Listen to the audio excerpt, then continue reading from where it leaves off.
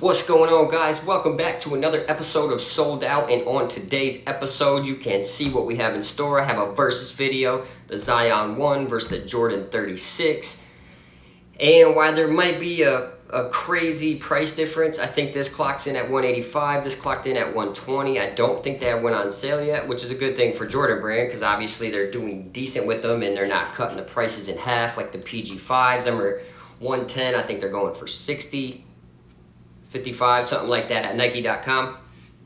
But with that out of the way, we are going to jump right into it. So we're going to start with the Zion 1. We're going to start with the ankle padding. Right when you slip the foot on, the initial feel of that versus the Jordan 36. Now, the Zion 1 was super padded in this area. Like, you can feel it, and you can see how thick it is. You hold both sneakers up, you can see that difference. There's definitely a difference in thickness. Now, for the Zion, I thought it was super comfortable. I really couldn't beat it. It was very comfortable when I slipped it on. I had no issues whatsoever. Now, for the Jordan 36, it was comfortable, but it wasn't as comfortable as that padding on the Zion. Like I said, you could just tell when you're looking at it. The Zion actually feels a little better in that region. Now, onto the tongue. A lot of people didn't like the tongue on the Zion. You can kind of see the padding. It's almost like an armored padding right there. There's two pads, and I think that was due to the laces cinching down and actually hurting people's feet. So I don't know if they went back and put that in the sneaker or Zion had them put that in the sneaker. Because if you watch my Nike GT, what was it, the Nike GT Run, that ruined the whole sneaker for me. I cannot stand when I'm locking my sneakers down and that just pinches every time I move like this. So they might have went back in, put that in there, but Zion said he loves to have a nice tongue. I was surprised there wasn't more padding with him saying that, but the tongue was awesome on the Zion. A lot of people didn't like it. I loved it. It has vent ports. You can see them right through the laces. The sneaker did not run hot as far as it sitting on your foot, like locking your foot down. For the Jordan 36, it was just breathable. Very comfortable, nice materials. The only thing I disliked on the Jordan 36 tongue region was the nod to the 6. And that's just because it is so hard to get in there and actually tie your shoelaces. Like, I did not understand. I would have rather had like the lace lock plastic thing to pay homage to the 6, or at least design that a little bit different. I mean, it only takes a couple seconds difference to lace them up. Still got them laced, but the breathability, you can see the portholes in the Zion throughout the whole sneaker. You can see right through them portholes down into the insole of the shoe, which made for a very breathable tongue. Now, down onto the laces. I had no issues with the laces on the Zion 1 at all. They're kind of just the flat laces. Tied them up nice and tight. No issues whatsoever. Just some nice common laces. The Jordan 36 laces were pretty dope. There's like I said it before in the KD review, it's like a 3M. When the light hits it right, you can kind of see a little shine. I don't know if it's 3M or if it slices like from this weave. I'm not sure about that. Now, down onto materials. People complain about the Zion materials too. There's a lot of complaints with the Zion. And I just enjoyed playing in this sneaker. It's one of my favorite sneakers, still is one of my favorite sneakers out of all the shoes that I've reviewed on the channel. Very comfortable. I really don't have no complaints on the material from the Zions. I kind of get like a foam-posite vibe from this material around here and right through here where the lacelets are. So I thought that was kind of dope to me. It kind of like took it back. So I had no complaints about the material. I actually ordered these for my son and daughter. I loved them so much. So my daughter got them for basketball shoes. My son got them for school shoes. He got the red and black pair. She got like the ZNA color, the glow-in-the-dark one. She has a dark blue jerseys for her school team, so she wanted to match that. So it has nice dark blue hints in it. And I just like this material. Like, I'm someone that likes the synthetic materials, the old school leathers, stuff like that. I just cannot, I just don't like it. My foot runs hot. You put your foot in there, the leather gets you sweaty, you pull it out, you can feel your freaking shoe wet. With both of these sneakers, I did not ever feel that. You got the kind of ripstop material right here, and then you have the material from the Jordan 34 on this right here. You can see that. My Black Cat version of the Jordan 34 had this breathable mesh material. I'm not sure what that's considered. It's not woven.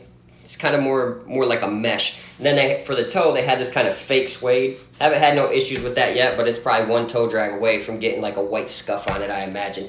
So that could be an issue. Now, onto the Jordan 36.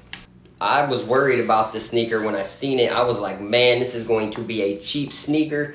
It doesn't look like this material will hold up. I went 100 miles an hour a few weeks ago at the Y in these sneakers, and I really didn't have any issues. My foot slipped around just a little bit in there, but really wasn't nothing big like that. You know, I was just coming to very quick stops. This jacquard weave, leno weave, whatever it was, is very, very strong, very breathable. I could not believe how breathable this sneaker actually was.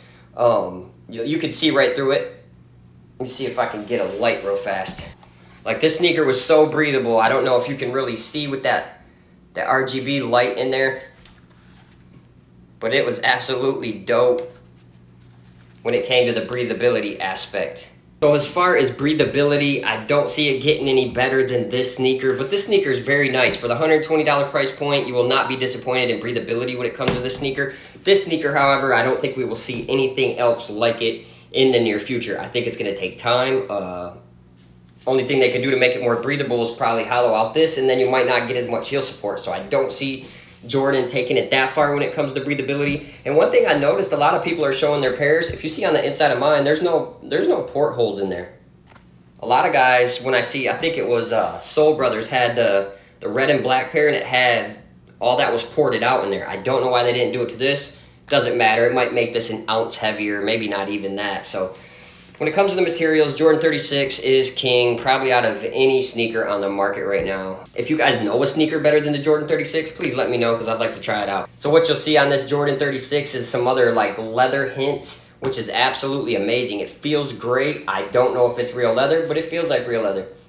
And I'm glad Jordan at least tried to give us something that was close to like genuine leather, like just on the hints. Now, if the whole shoe was like that, I don't think I'd rock with it. But just putting hints of that on the sneaker, I think that was pretty dope. Now, down onto comfort for both of these sneakers. These are some of the most comfortable sneakers that I've worn this year.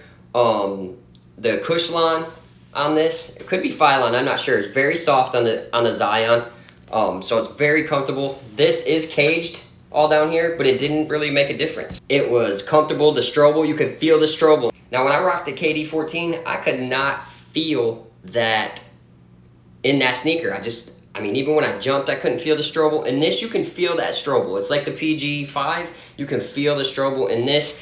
And when it comes to this, I just don't think it's getting beat. Maybe the LeBron 19 that's coming out here, they said October 1st. Maybe that could be more comfortable than this, but I don't see that happening. I mean, them air pockets on that LeBron are pretty crazy, but this thing is super comfortable. Not sure if this is Cushlon or Phylon around this gold ribbon area, but the foam there is very, very soft. Almost feels like the KD. And then when you put your foot in this, you can feel that double stack zoom and that air Strobel together. And it feels amazing. You cannot beat it. I mean, I haven't felt any sneaker yet this year that I liked comfort-wise more than the Jordan 36. As far as fit-wise for both of these sneakers, I went true to size. I went with the 8 and an 8 in this. I probably could have got a 7.5 in this. I have a very narrow foot, and I had a little bit of room. I had about that much room in the front of that. It still locked me in. I didn't bang my toe up against the front. Wasn't slipping around too much, but I think I could have went down to a 7.5. But you guys could just go to true to size unless you have a wider foot. For the Jordan 36, I might go up a half size. And for the Zion, you could probably just go true to size on that sneaker. Now when it comes to traction, the Zion was surprising. I seen a bunch of reviews saying that they didn't like the traction on the Zion. Now I do play on a clean floor. I just want to make that known. Most of the time, majority of the time, the floor is spotless. Not spotless, but it's a nice clean floor. It's at our local Y. Like I always give the compliment to the guy at the Y. He cleans the hell out them floors. But that's probably the dirtiest sneaker I've had from playing up there. Haven't wore these outside. I won't wear these outside. They're translucent. They're white. Not big on fan on even having translucent or white bottoms. But I can't complain about the Zion 1 traction. I tried to complain about it after I read the reviews. I rocked them to the Y again. See, hey, maybe I just need to wear them a few times, get them dirty, mess them up. And they still just, they never disappointed.